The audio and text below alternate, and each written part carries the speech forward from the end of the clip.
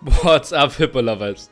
Just with the thumbnail, I'm not really the putting big faces on a thumbnail guy, but that one really entertained me. I had to laugh for like 2 minutes before I could really start recording this video. But that's not what we're here for. We are here to discuss the May patch of ALT+2 Definitive Edition, and let's see what we have as changes.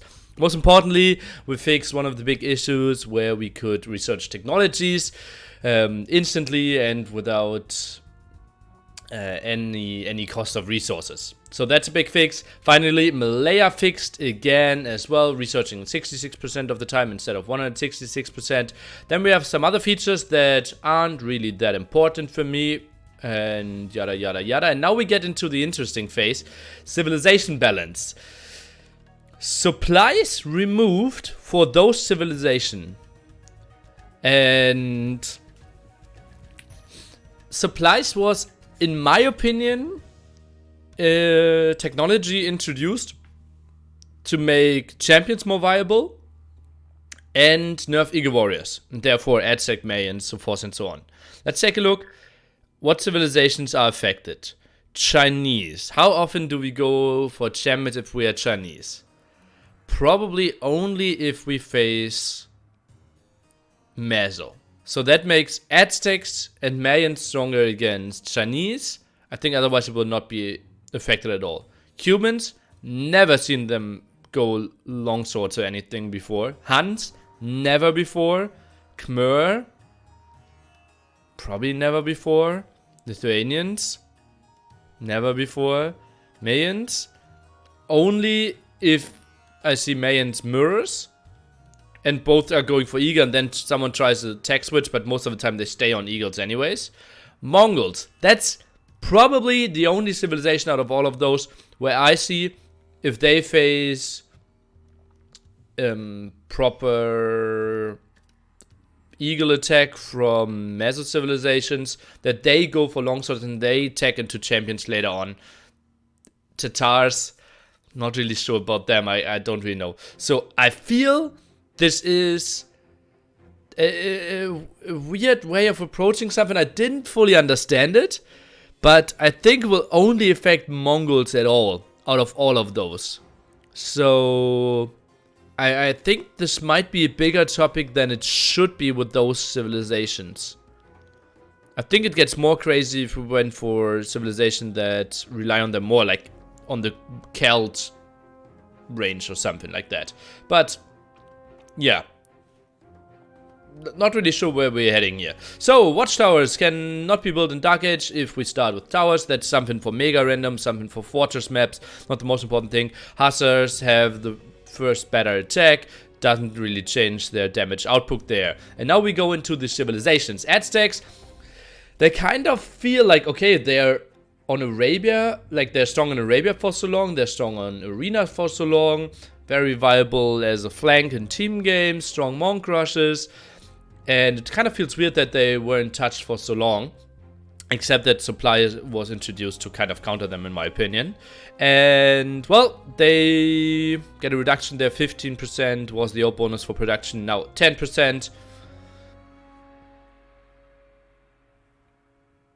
Tiny step. I don't really think that's a big thing. Burmese, not a big thing either. I think that just could have been on the, like, bug fix list as well. Same goes for Indians here. Then we have a real change for Indians, though. Elephant archers are getting cheaper, and their attack time is getting reduced as well. So, a significant boost in damage output. I still don't see them viable in RM. I think in DM people will jump on those even more. And I think they needed something a bit more differently. But, well, it's the first step. They wanted to address something. Then we have a change. For Mayans, 50 seconds was the old time for El Dorado. Now it's 70 seconds.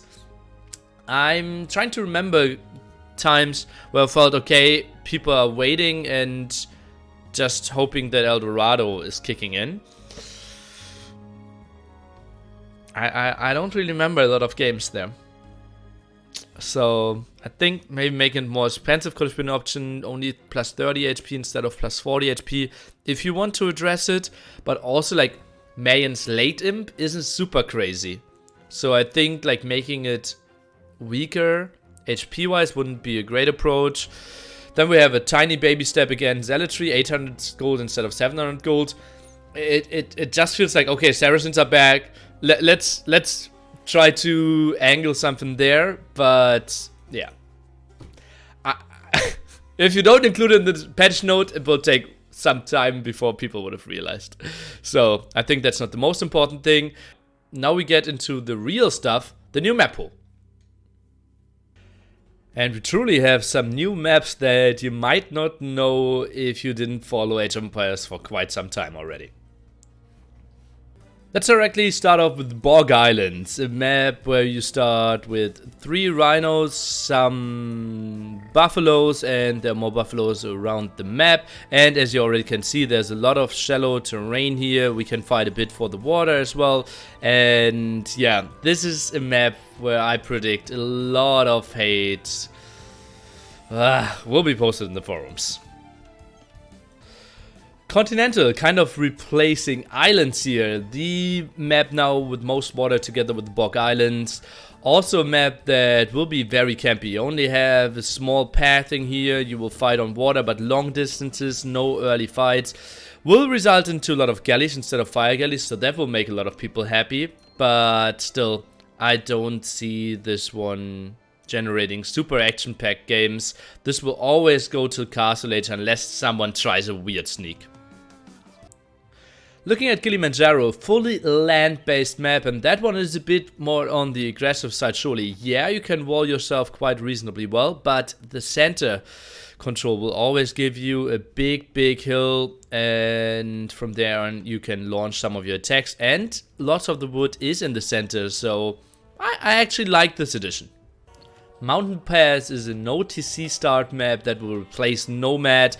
Completely land-based here. We don't have any boars. Need to run around and get some control over the deer. And yeah, scattered around resources, small gold spots all around, and some mountains.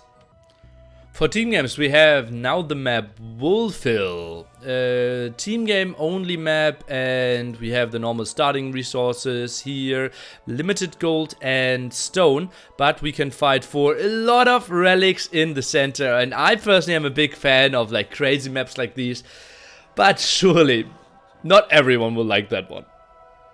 Also, one big change is that on the old patches, you could always just Alt F4 your game in the first minute and not lose elo points, but that is now changed, and that's considered very controversial, because if you join a game and you get a cheater against you, some people don't want to play against certain other players for other reasons, some people don't want to play against Smurfs, yada yada, and well, now you kind of have to be forced to play him or you will lose points.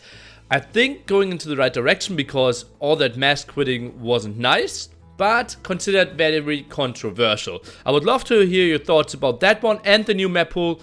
Best is down below in the comments. Goodbye, Hippo lovers.